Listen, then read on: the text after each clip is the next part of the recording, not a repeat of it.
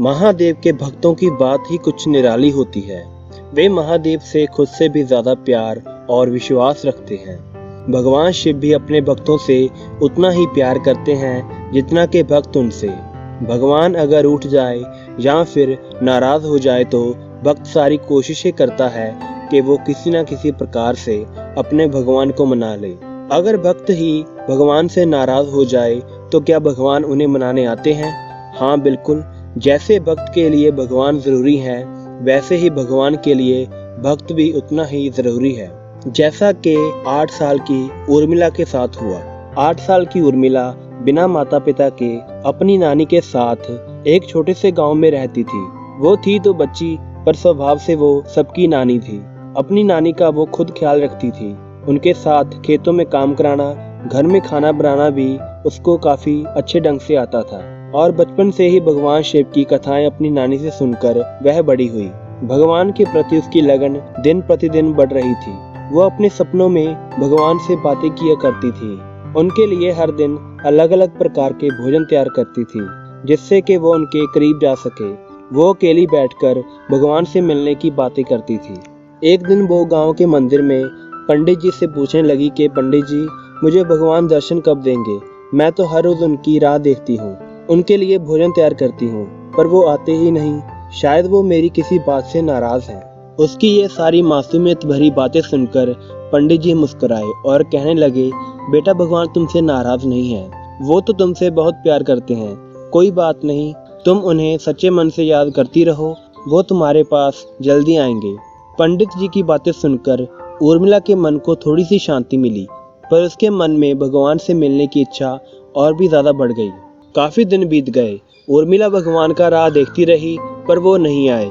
उर्मिला को काफी गुस्सा आया। वो उठी और मंदिर की तरफ चली गई और भगवान से गिले शिकवे करने लगी कि तुम जानबूझकर मुझसे मिलने नहीं आते, क्योंकि हम गरीब हैं और हमारा घर छोटा है। तुम तो सिर्फ उनके पास जाते हो जिनके बड़े बड़े घर हैं। पहले तुमने मेरे माता पिता को मुझसे छीन लिया, फिर भी मैं तुमसे नाराज नहीं हुई और मैं रोज तुम्हारे लिए खाने में कुछ ना कुछ बनाती हूँ, पर तुम्हें तो कोई फर्क नहीं पड़ता। अब से मैं तुमसे बात नहीं करूंगी। भगवान शिव ये सारी बातें सुन रहे थे और मुस्कुरा रहे थे। माता पार्वती भी उनके साथ ही बैठी थी और उनसे कहने लगी कि भगवान आपको उस बच्ची को दर्शन देने चाहिए। कितनी मासूमियत से वो आपको याद कर रही है। भगवान मुस्कुराए और कहने लगे, मैं इस बच्ची की डांट का ही तो इंतजार कर रहा था कि वो कब मुझे प्यार से डांटे और मैं उससे मिलने के लिए मजबूर हो जाऊं। ये कहकर भगवान शिव एक गरीब बूढ़े का रूप लेकर उर्मिला के सामने प्रकट हुए। उसे देखकर उर्मिला बोली, आप कौन हो? गांव में नए हो क्या? उस व्यक्ति ने कहा, मुझे भूख लगी है, मुझे खाने के लिए कुछ दे दो। उर्मिला ने सोचा कि भोजन तो मैंने भगवान के लिए बनाया था, पर वो तो आएंगे नहीं, मैं इस बेचारे व्यक्ति को खिला देती हूँ। वो उसे अपने घर में ले गई और उसे भरपेट भोजन खिलाया। वो बूढ़ा व्यक्ति कहने लगा कि तुम बहुत अच्छी हो, तुमने भूखे को खाना खिलाया है, भगवान तुम्हारी हर इच्छा पूरी करे। उर्मिला ने कहा कि मैं तो सिर्फ भगवान से मिलना चाहती थी, पर अब मैं उनसे नाराज हूँ।